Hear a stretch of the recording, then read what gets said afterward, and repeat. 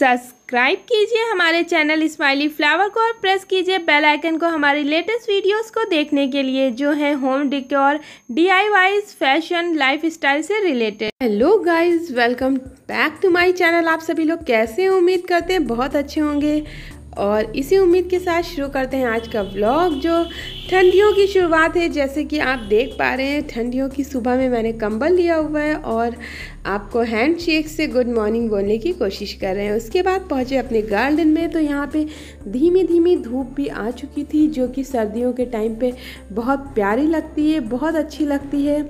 हालांकि ये बिल्कुल अर्ली मॉर्निंग नहीं था, ये अप्रॉक्सीमेटली 8 o'clock या 8:30 o'clock का टाइम था। उसके बाद अपने पेड़ों के साथ कुछ टाइम स्पेंड करते हुए अपनी कलियों को देखा और जो कूड़ा था पेड़ में, गमले में, उसको निकाला। और आज एक एक्साइटिंग चीज़ आपके साथ शेयर करने लगी हूँ, जिसमें मैं आपके साथ हस्तशिल्प, हैंडलूम की जो एग्जीबिशन होती है उसका एक्सपीरियंस शेयर करूँगी, चीज़ें दिखाऊँगी, पैसे बताऊँगी और अमेजिंग प्रोडक्ट्स वहाँ पे मिल जाते हैं। ये ज़्यादातर हर शहर में लगती है। उसके बाद फिर मैंने शुरुआत की, सुबह उठ के थोड़े से चावल बीने, क्योंकि खाना तो बनना ही होता है। उसके बाद यहाँ पे आटा गूंथते हुए मेरी मॉम, जो कि ये नॉर्मल आटा नहीं था, नॉर्मल आटा तो गेहूं का मैं भी गूंथ लेती हूँ, बट ये था चने की रोटी बनाने का आटा, जो कि थोड़ा हार्ड प्लस सॉफ्ट होता है। इसमें पानी का यूज़ कम होता है और ये बहुत ज़्यादा रोटी नहीं लगती है और घर में सबको नहीं पसंद थी, तो सिर्फ 3 रोटी ही बनाई थी। ये काफ़ी ज़्यादा मोटी होती है और हाफ़ रोटी से ज़्यादा में या 1 रोटी में पूरा पेट आराम से फुल हो जाता है। इसको बनाने में भी थोड़ा टाइम लगता है और सेकने में भी थोड़ा टाइम लगता है। और आजकल ये बहुत ज़्यादा अच्छी लगती हैं, बहुत ज़्यादा टेस्टी होती हैं। कुछ इस तरीके से मेरी मॉम सिकाई करती हैं रोटी की, और ये बनने के बाद बहुत ही ज़्यादा अच्छी सौंधी सौंधी सी रोटी थी और चटनी थी। कुछ टमाटो कट किए हुए थे, मैं अनियन के साथ मुझे नहीं मानता, तो मैंने सिंगल टमाटो के साथ अपना लंच किया। उसके बाद हम निकल गए उस एग्ज़िबिशन में जाने के लिए। हालांकि एग्ज़िबिशन में शाम के टाइम पे मैं गई थी और यहाँ पे एग्ज़िबिशन में बहुत अच्छे अच्छे हैंडलूम की चीज़ें थी, हैंडीक्राफ्ट था और देश की अलग अलग जगह से चीज़ें आई हुई थी। जैसे कि इस टाइम भारत महोत्सव लखनऊ में लगा हुआ है, एग्जैक्टली वैसा तो नहीं, बट उसी टाइप की सारी चीज़ें यहाँ पे भी मौजूद थी। जैसे वहाँ पे 10 दुकानें होती, तो यहाँ पे 2 दुकान थी पर्टिकुलर एक एक चीज़ की। तो इस तरीके से स्टार्टिंग में कुछ लकड़ियों के सामान के प्रोडक्ट थे, जो कि बहुत ही ज़्यादा अमेजिंग थे। और यहाँ पे जो रेट थे ना फ्रेंड्स, अमेजिंग रेट थे। ऑनलाइन तो ये बहुत ज़्यादा एक्सपेंसिव होते हैं, उसके मुकाबले ये बहुत ज़्यादा सस्ते थे। 250, 230, 400 ऐसे ऐसे रेट के थे।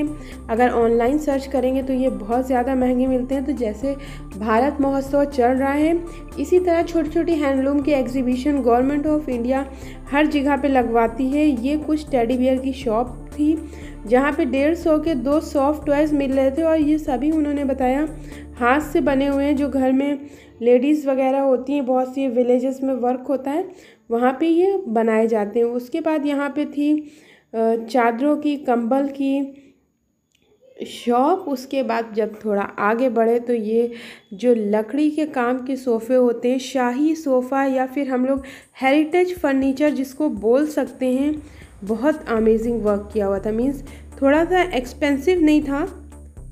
जब कोई भी चीज़ हाथ से बनी हुई थी थोड़ी महंगी होती। डाइनिंग टेबल में खूबसूरती देखिए, कितनी गज़ब की खूबसूरती, नक्काशी की हुई डाइनिंग टेबल ये यहाँ पे है। इसके ऊपर बस एक शीशा रखना था और डाइनिंग टेबल कंप्लीट थी। इसकी जो चेयर्स थी वो भी काफ़ी ज़्यादा रॉयल लुक प्रोवाइड कर रही थी। ये गार्डन सेट था, स्पेशली मुझे अच्छा लग रहा था, तो मैंने आप लोगों के लिए भी शूट किया था। उसके बाद जब आगे बढ़े तो ये कुछ वुलन स्टोल थे, बट मुझे थोड़ा सा कम अच्छे लगे, तो मैंने इन्हें लिया नहीं, क्योंकि इसमें कुछ भी यूज़ वाला नहीं था, सिर्फ फैशन वाला था। यहाँ पे वुलन खूब अच्छे अच्छे स्वेटर्स वगैरह आए हुए हैं, जैसे कि भारत महोत्सव में आए हुए हैं। यहाँ पे कुछ स्वेटर्स ऐसे थे जो कि बहुत सस्ते भी थे और उसके बाद आगे यहाँ पे pashmina shawl, Kashmiri shawl, handmade shawl सब थी। कुछ इस तरीके की हैंडमेड दरियाँ थी जो कि जाड़ों में ज़मीन में बैठने के लिए बहुत हेल्पफुल रहती हैं। उसके बाद जब आगे बढ़े तो 40 रुपये हर माल में ये कुछ सामान यहाँ पे मिल रहा था। यहाँ पे प्लास्टिक का सामान, बकेट, छोटी छोटी चीज़ें, और ये 10 रुपीज़ का हर माल था। यहाँ पे क्लिप, सेफ्टी पिन, ये सब चीज़ें थी। जो भी चीज़ें मैंने परचेज़ की हैं, मैंने बहुत सारी चीज़ें परचेज़ भी की थी, तो वो वीडियो के एंड में आपके साथ शेयर कर दूँगी। यहाँ पे हॉन्टेड हाउस भी बना हुआ था, स्पेशली जैसे कि वहाँ भारत महोत्सव में मैंने देखा था वैसे ही। ये एक छोटे से शहर में लगी हुई, लखनऊ से 20-30 किलोमीटर के अकॉर्डिंग, और ये चेंज होता रहता है डेट टाइम। मैंने आपसे इसलिए नहीं शेयर किया क्योंकि मैं बिल्कुल लास्ट के डेज़ में यहाँ पे पहुँची थी। ये भी 30 रुपये हर माल था।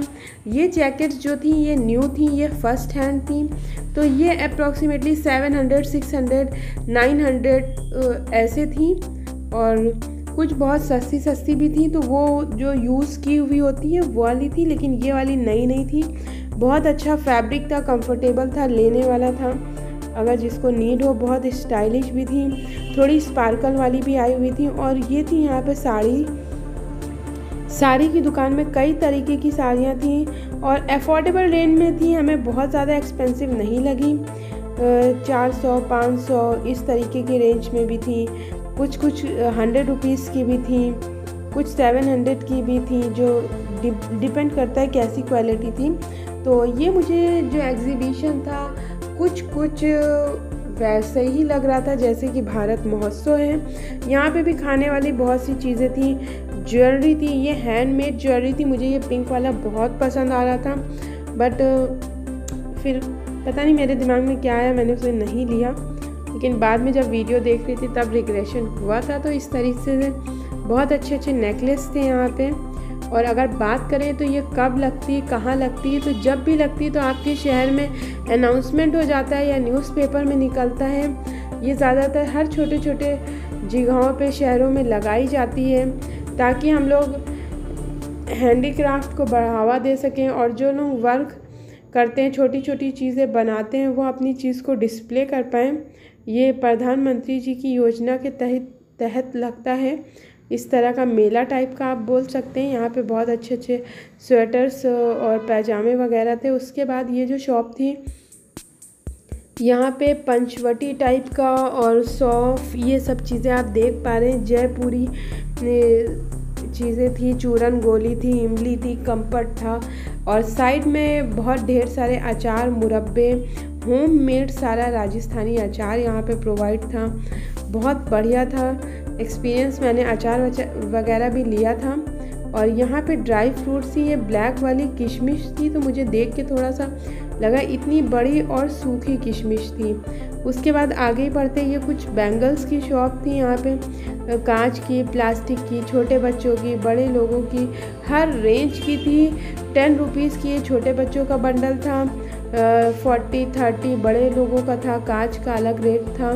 ये यहाँ पे 10 रुपये हर माल था। उधर साइड में जो रिंग वगैरह थी ये 40 रुपीज़ हर माल था, जो ये बड़ी प्लेट्स, ट्रे और ये सब था। यहाँ पे आप देख सकते हैं वुलेंस की बहुत ढेर सारी दुकानें थी। बहुत अच्छे कोट्स, जैकेट्स वगैरह वहाँ पे अवेलेबल थे।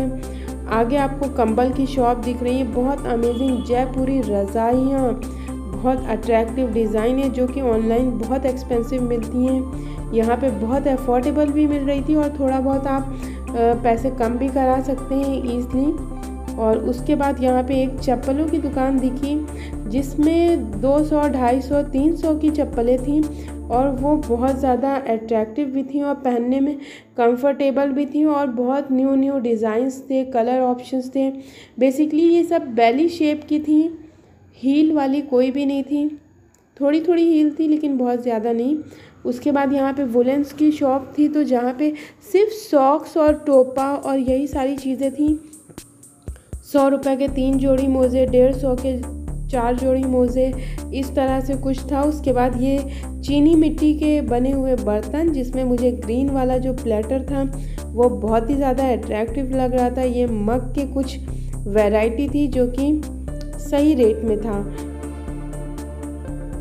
यहाँ पे आप देख पा रहे हैं बहुत ज़्यादा ये सर्विंग बॉल, सर्विंग ट्रे, अलग अलग तरह की ये कस्टमाइज की चेन शॉप थी जहाँ पे आप अपना नाम लिखवा के कस्टमाइज़ करवा सकते थे।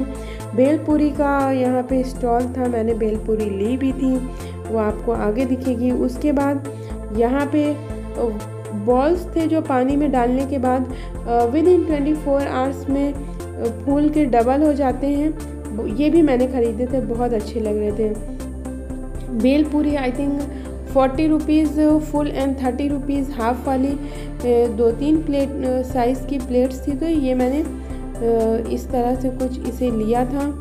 बहुत टेस्टी थी, अच्छा था। टमाटो का टैंजी फ्लेवर ज़्यादा पॉपअप हो रहा था। उसके बाद यहाँ पे बच्चों के खेलने के लिए कुछ झूले वगैरह लगे थे। और उसके बाद जब हम वहाँ से निकल रहे थे तो एक आंटी जी थी, बहुत गरीब थी, उनके पास इतना भी नहीं था कि वो प्रॉपर शॉप लेके ये चीज़ें लगा पाएँ। तो मैंने उनसे ख़रीदा। उसके बाद हलवे पराठे की शॉप थी, हलवा पराठा ख़रीदा। फिर मूंगफली वगैरह घर पे आके बहुत आराम से खाया, बहुत अच्छी थी। सर्दियों में मूंगफली तो खाने का बहुत अलग ही मज़ा होता है। ये है जो कुछ चीज़ें मैंने परचेज़ की थी, ये सब हाजमे के लिए होती हैं। ये 10 रुपये हर माल था। ये हींग गोली थी मसाले वाली, ये मैंने लिए थे। उसके बाद फ्लावर पॉट वही आंटी जी के यहाँ से। तो कभी कभी बिना ज़रूरत भी कुछ चीज़ें ले लेनी चाहिए। बहुत अच्छा सा क्लचर मिल गया था, ये एक मिरर मिल गया था। और उसके बाद ये लिए थे मैंने पानी में डाल के फुलाने वाले जो बॉल होते हैं, ये सोक कर लेते हैं वाटर को। और उसके बाद ये कुछ सामान लिया था। उसके बाद वीडियो को मैं यहीं पे एंड कर देती हूँ क्योंकि मैंने डिनर बहुत ज़्यादा हैवी किया भी नहीं था और मैं उसे शूट करना भी भूल गई थी। तो होप ये वीडियो आपको पसंद आया होगा। अगर पसंद आया है तो let me know through comment section. Thanks for watching it.